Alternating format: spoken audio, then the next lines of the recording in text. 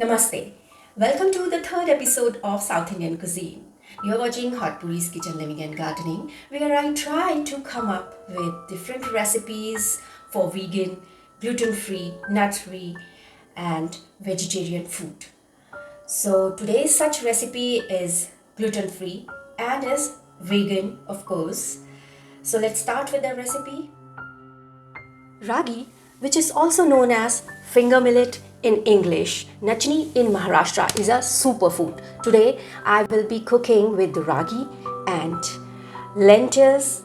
To complement this dish, I will be cooking a dip, a chutney made out of curry leaves and other herbs.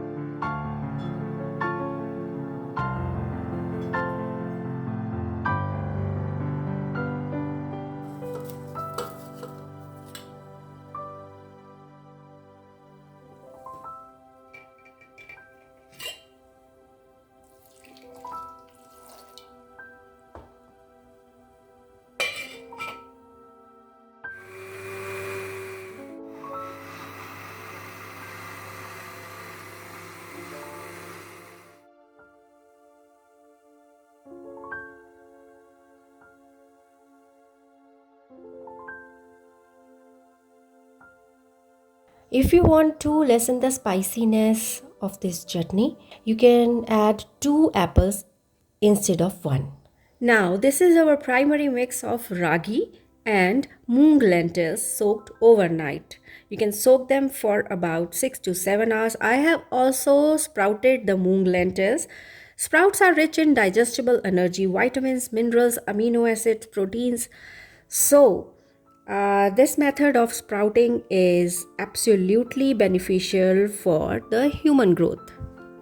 To the sprouted moong lentils and ragi, I have also added broccoli florets, ginger paste, some spices like salt and turmeric powder to up its nutritional quotient.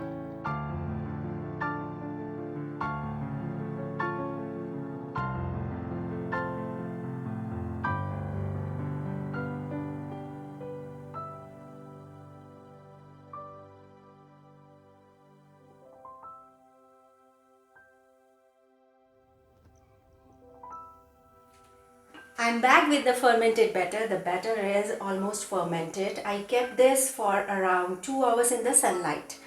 If the weather is cold, you can keep the batter covered with a lid and with a blanket for about 4 to 5 hours or overnight. So this process of fermentation is totally up to you. It's totally optional. You can make these savory pancakes or ragi utpam without the process of fermentation. It's totally up to you. But I prefer to ferment this batter or any other batter also because it's helpful for the gut. Fermentation helps in making this batter more fluffier, more lighter and easy to digest also.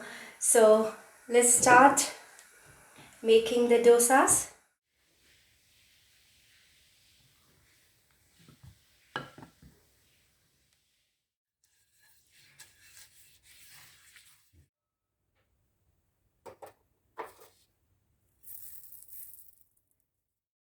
Spreading 2 tablespoons of this batter on the hot griddle